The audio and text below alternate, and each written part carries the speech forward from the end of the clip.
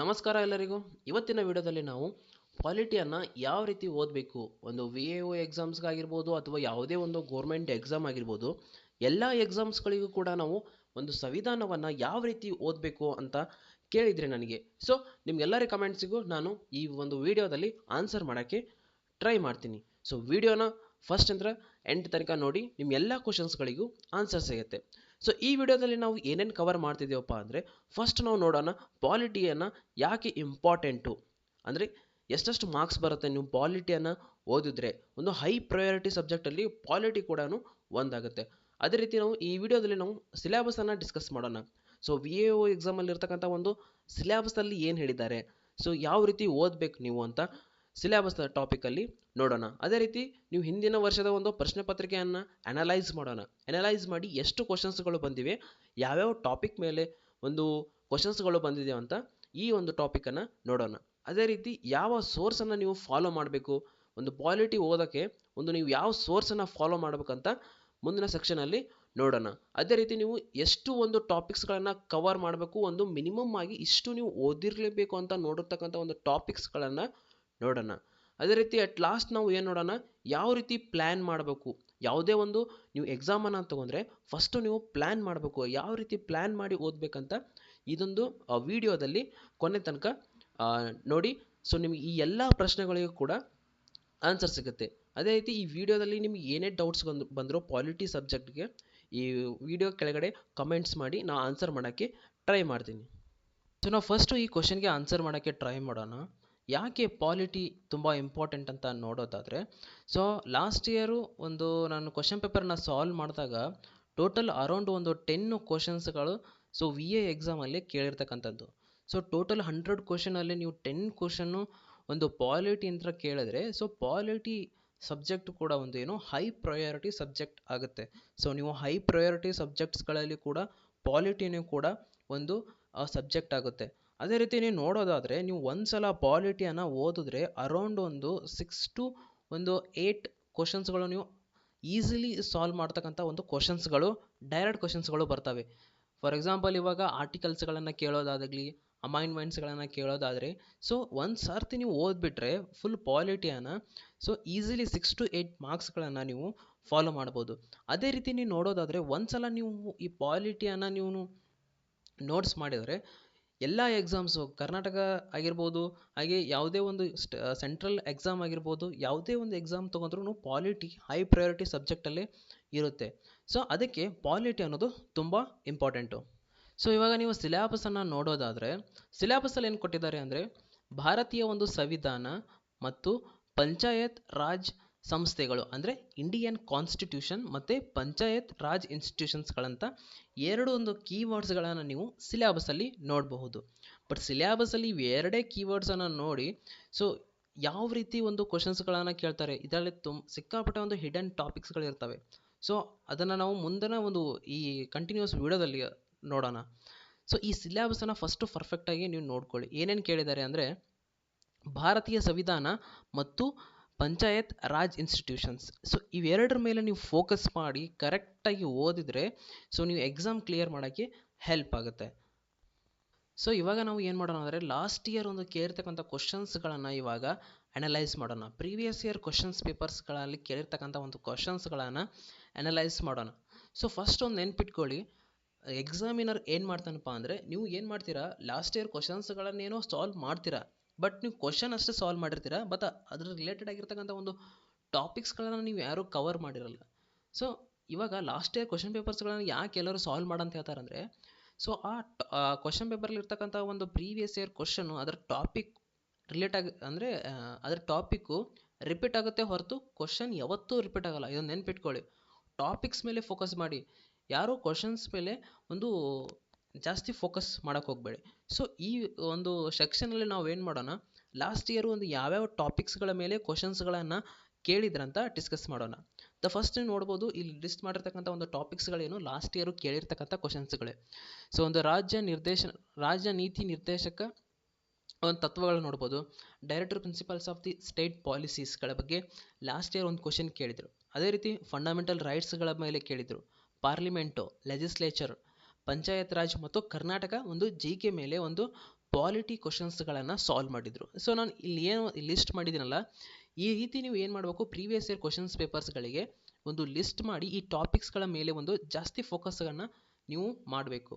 So ಪ್ರತಿಯೊಂದು ಒಂದು ಕ್ವಶನಲ್ಲಿ ನಿಮಗೊಂದು ಟಾಪಿಕ್ ಸಿಗುತ್ತೆ, ಅದ್ರ ರಿಲೇಟೆಡು ಸುತ್ತಮುತ್ತ ಒಂದು ಇರ್ತಕ್ಕಂಥ ಒಂದು ಟಾಪಿಕ್ಸ್ಗಳು, ಹಿಡನ್ ಟಾಪಿಕ್ಸ್ಗಳು ನೀವು ಪರ್ಫೆಕ್ಟಾಗಿ ಪ್ರಿಪೇರ್ ಮಾಡಬೇಕು. ಸೊ ಈ ಒಂದು ಏನು ಟಾಪಿಕ್ಸ್ಗಳಿದಾವಲ್ಲ, ಇದು ಲಾಸ್ಟ್ ಇಯರ್ ಒಂದು ಕೇಳಿರ್ತಕ್ಕಂಥ ಒಂದು ಕ್ವಶನ್ಸ್ಗಳಲ್ಲಿ ಇರ್ತಕ್ಕಂಥ ಒಂದು ಟಾಪಿಕ್ಸ್ಗಳು.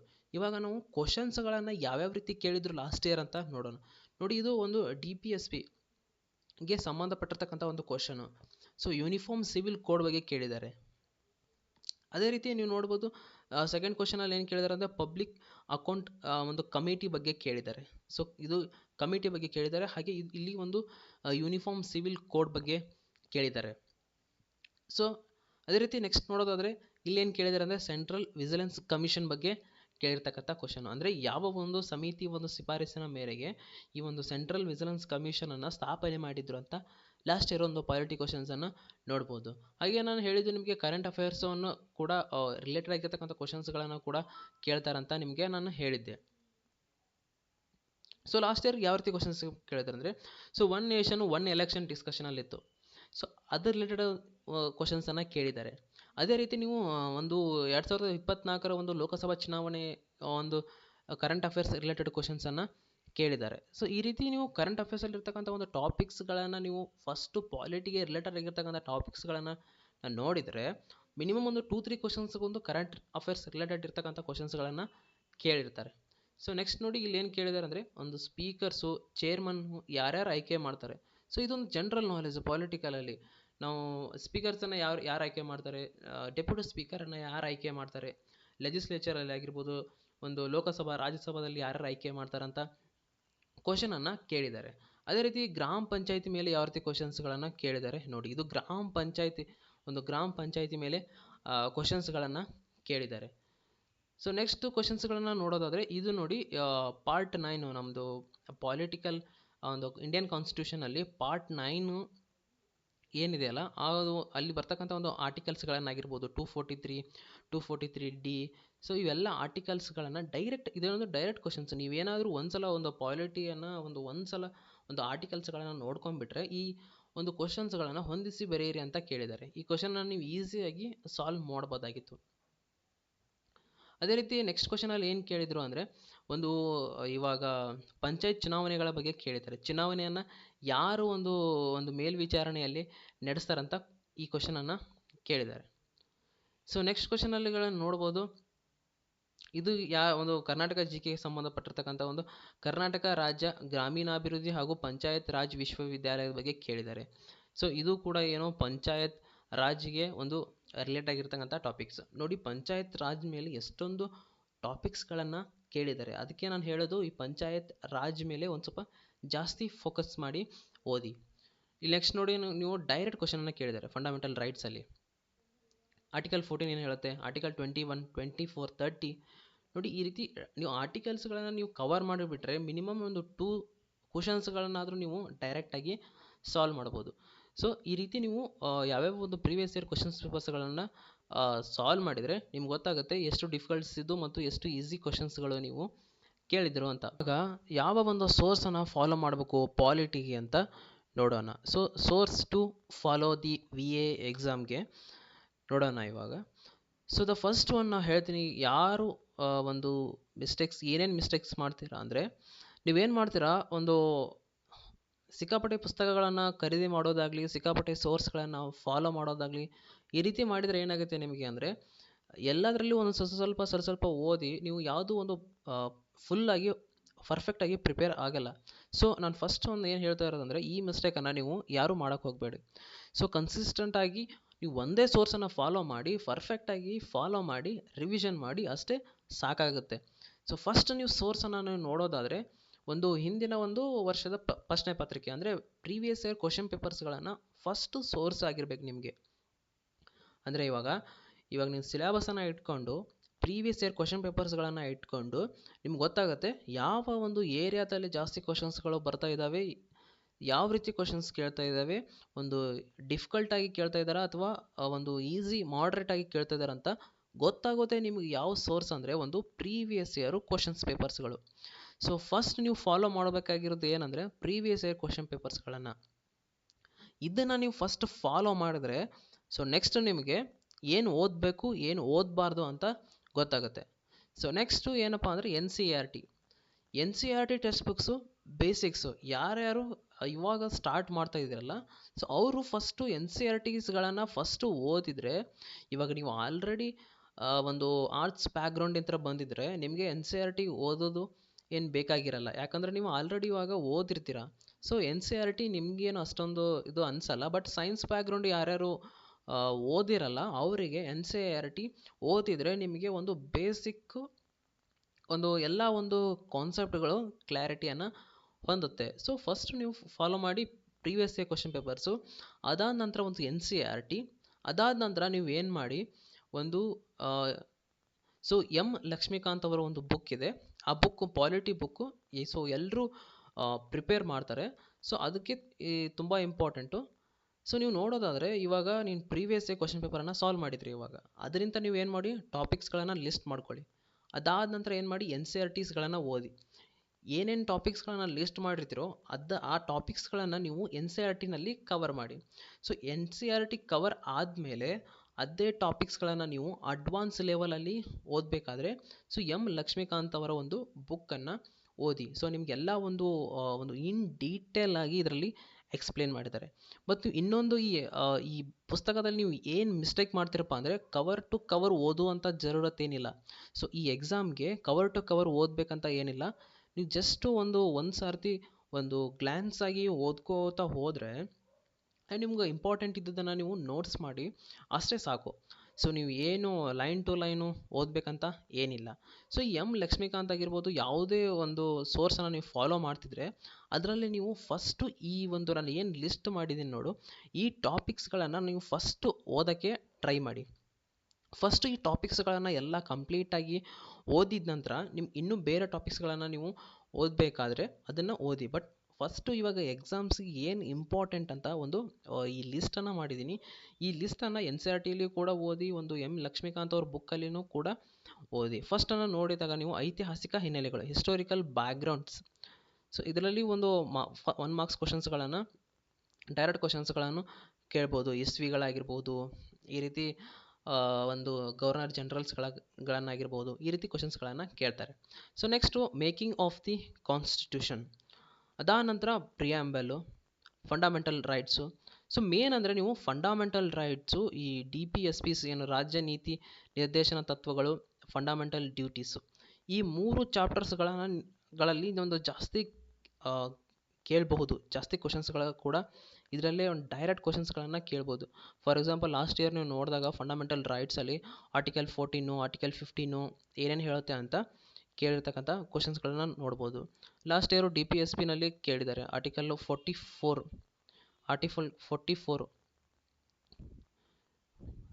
ಸೊ ಸಿವಿಲ್ ಕೋಡ್ ಬಗ್ಗೆ ಲಾಸ್ಟ್ ಇಯರು ಕೇಳಿರ್ತಕ್ಕಂಥ ಕ್ವಶನ್ನು. ಸೊ ಈ ರೀತಿ ಕ್ವಶನ್ಸ್ಗಳನ್ನು ನೀವು ಡೈರೆಕ್ಟಾಗಿ ಎಕ್ಸೆಪ್ಟ್ ಮಾಡ್ಬೋದು.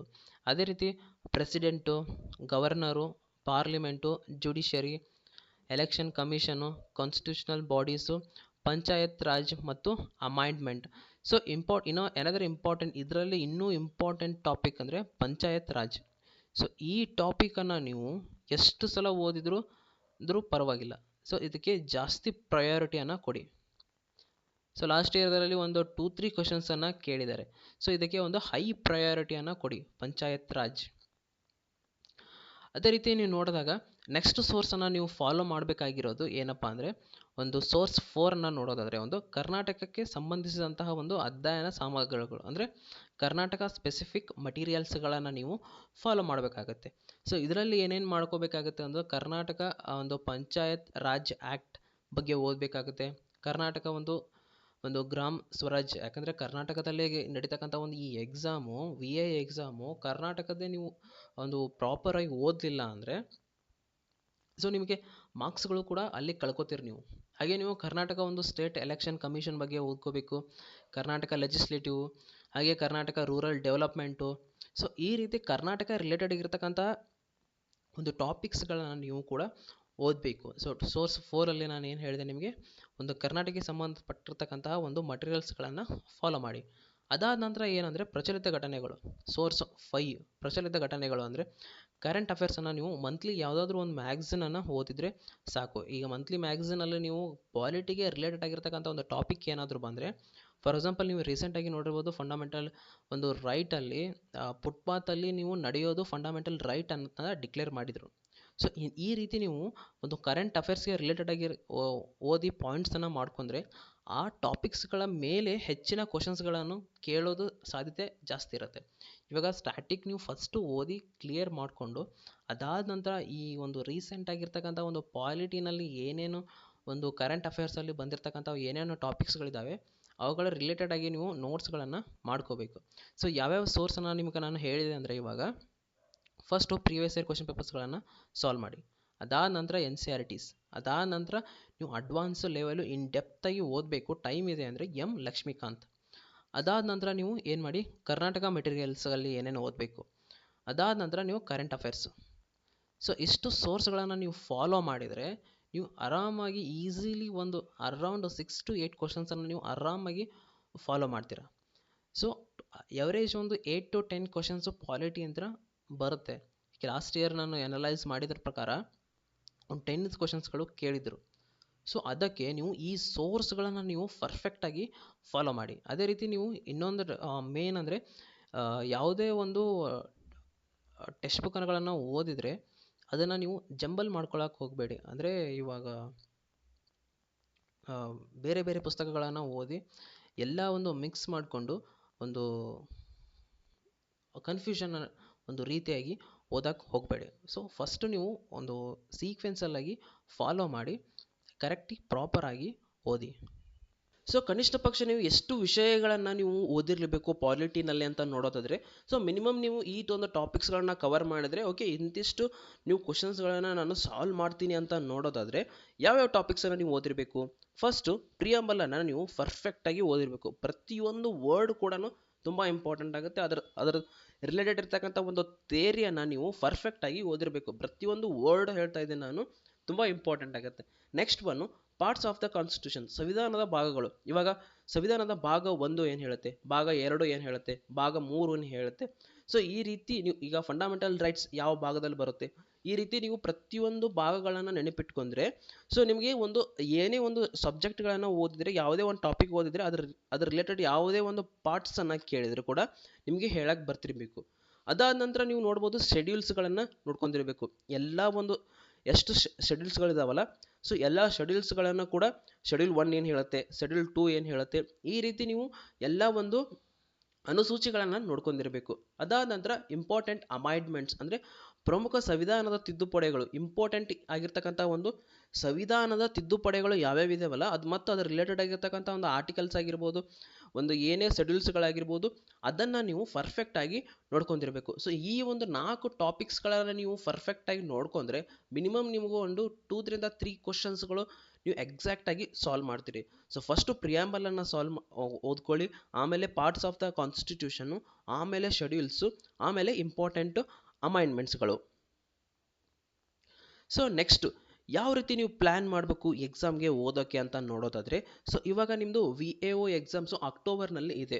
ಸೊ ಇವಾಗ ನಿಮಗೆ ಎಷ್ಟು ಟೈಮ್ ಇದೆ ಅದನ್ನು ನೋಡಿಕೊಂಡು ನೀವು ಪ್ಲ್ಯಾನನ್ನು ಮಾಡಬೇಕು. ಸೊ ಪ್ಲ್ಯಾನ್ ಯಾವುದೇ ಎಕ್ಸಾಮ್ಸಿಗೂ ಕೂಡ ತುಂಬ ಇಂಪಾರ್ಟೆಂಟ್ ಆಗುತ್ತೆ. ಸೊ ನೀವು ಪ್ಲ್ಯಾನ್ ಇಲ್ಲಾರದೆ ನೀವು ಅದೇ ರೀತಿ ನೀವು ಓದ್ಕೋತಾ ಹೋದರೆ ಅದು ಏನು ಮ್ಯಾಟ್ರ್ ಆಗಲ್ಲ, ನೀವು ಓದಿದ್ದು ನಿಮ್ಗೆ ಏನು ಗೊತ್ತೇ ಆಗಲ್ಲ. ಯಾಕಂದರೆ ನೀವು ಒಂದು ಎಕ್ಸಾಮ್ಸ್ಗಳಲ್ಲಿ ಹಿಸ್ಟ್ರಿ ಸಬ್ಜೆಕ್ಟ್ ಇರುತ್ತೆ, ಪಾಲಿಟಿ ಸಬ್ಜೆಕ್ಟ್ ಇರುತ್ತೆ, ಎಕನಾಮಿ, ಎನ್ವೈರ್ಮೆಂಟ್, ಕರೆಂಟ್ ಅಫೇರ್ಸ್ ಇಷ್ಟೆಲ್ಲ ಸಬ್ಜೆಕ್ಟ್ಗಳು ಇರುತ್ತೆ. ಸೊ ನೀವು ಪ್ಲ್ಯಾನ್ ಮಾಡಿ ಓದಿದರೆ ಸೊ ನಿಮ್ಗೆ ಯಾವುದೇ ಒಂದು ಎಕ್ಸಾಮ್ಸ್ಗಳು ಕೂಡ ಡಿಫಿಕಲ್ಟ್ ಅನ್ಸಲ್ಲ. ಸೊ ನಮ್ಮ ಡೆಡ್ಲೈನ್ ಯಾವಾಗಿದೆ, ಅಕ್ಟೋಬರ್ನಲ್ಲಿ ಡೆಡ್ಲೈನ್ ಇದೆ. ಸೊ ನಾವೇನು ಮಾಡೋಣ, ಲಾಸ್ಟ್ ಒಂದು 10 ಡೇಸು ನೀವೇನು ಮಾಡಬೇಕು, ಒಂದು ರಿವಿಷನ್ಗೆ ಮತ್ತು ಮಾಕ್ ಟೆಸ್ಟ್ಗೆ ಕೊಡಬೇಕು. ಸೊ ಈ ಒಂದು ಲಾಸ್ಟ್ 10 ಡೇಸ್ ಏನಿರುತ್ತೆ VAO ಎಕ್ಸಾಮ್ಸ್ಗೆ, ಆ ಬಿಫೋರ್ 10 ಡೇಸ್ ನೀವು ಏನು ಮಾಡಬೇಕು, ಎಲ್ಲ ಸಬ್ಜೆಕ್ಟ್ಗಳನ್ನು ಕೂಡ ರಿವಿಷನ್ ಮಾಡಬೇಕು ಮತ್ತು ಮಾಕ್ ಟೆಸ್ಟ್ಗಳನ್ನು ನೀವು ಅಟೆಂಡ್ ಮಾಡಬೇಕು. ಅಂದರೆ ನಿಮ್ಗೆ ಏನಾಗುತ್ತೆ, ಒಂದು ಪರ್ಫೆಕ್ಟಾಗಿ ಗ್ರಿಪ್ ಸಿಗುತ್ತೆ. ನೀವು ಇಷ್ಟೆಲ್ಲ ಓದಿ ನೀವು ಲಾಸ್ಟಿಗೆ ರಿವಿಷನ್ನೇ ಮಾಡಲಿಲ್ಲ ಅಂದರೆ ಸೊ ಅದು ಎದಕ್ಕೂ ಕೂಡ ಹೆಲ್ಪ್ ಆಗಲ್ಲ. ಸೊ ಈ ಲಾಸ್ಟ್ ರಿವಿಷನಲ್ಲಿ ನೀವು ಇವೆಲ್ಲಗಳನ್ನು ನೋಡ್ಕೊಂಡಿರಲೇಬೇಕು. ಆರ್ಟಿಕಲ್ಸ್ಗಳನ್ನು ನೋಡ್ಕೊಂಡಿರಬೇಕು, ಸಂವಿಧಾನ ತಿದ್ದುಪಡಿಗಳನ್ನು ನೋಡ್ಕೋಬೇಕು, ಮತ್ತು ಸಮಿತಿಗಳನ್ನು ನೋಡ್ಕೋಬೇಕು, ಯಾವ್ಯಾವ ಶಿಫಾರಸು ಮಾಡಿದ್ದಾರೆ ಅದನ್ನೆಲ್ಲ ನೋಡ್ಕೋಬೇಕು. ಅದೇ ರೀತಿ ಪಂಚಾಯತ್ ರಾಜ್ಗಳ ಬಗ್ಗೆ ಒಂದು ಜಾಸ್ತಿ ನೀವು ಇಂಪಾರ್ಟೆನ್ಸ್ ಕೊಡ್ತಕ್ಕಂಥ ಒಂದು ಸಬ್ಜೆಕ್ಟ್ ಇದು.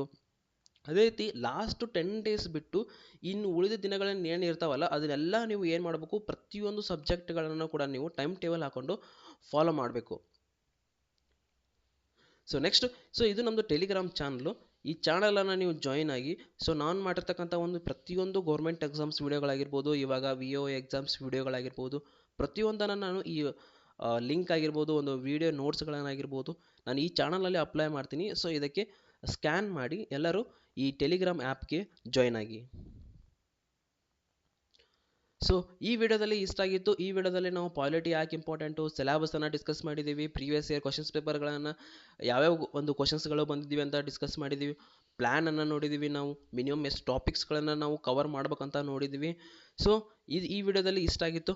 ಮತ್ತೆ ಒಂದು ಮುಂದಿನ ವಿಡಿಯೋದಲ್ಲಿ ನಿಮ್ಗೆ ಏನಾದರೂ ಡೌಟ್ಸ್ಗಳಿದ್ರೆ ಈ ವಿಡಿಯೋ ಕೆಳಗಡೆ ನೀವು ಕಮೆಂಟ್ ಮಾಡಿ, ನಾನು ಎಲ್ಲ ಕಮೆಂಟ್ಗಳಿಗೂ ಆನ್ಸರ್ ಮಾಡೋಕ್ಕೆ ಟ್ರೈ ಮಾಡ್ತೀನಿ.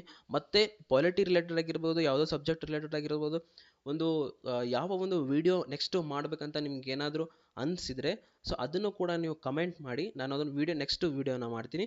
ಸೊ ಈ ವಿಡಿಯೋದಲ್ಲಿ ಇಷ್ಟ ಆಗಿತ್ತು. ಮತ್ತೆ ಮುಂದಿನ ವಿಡಿಯೋದಲ್ಲಿ ಸಿಗೋಣ. ಧನ್ಯವಾದಗಳು.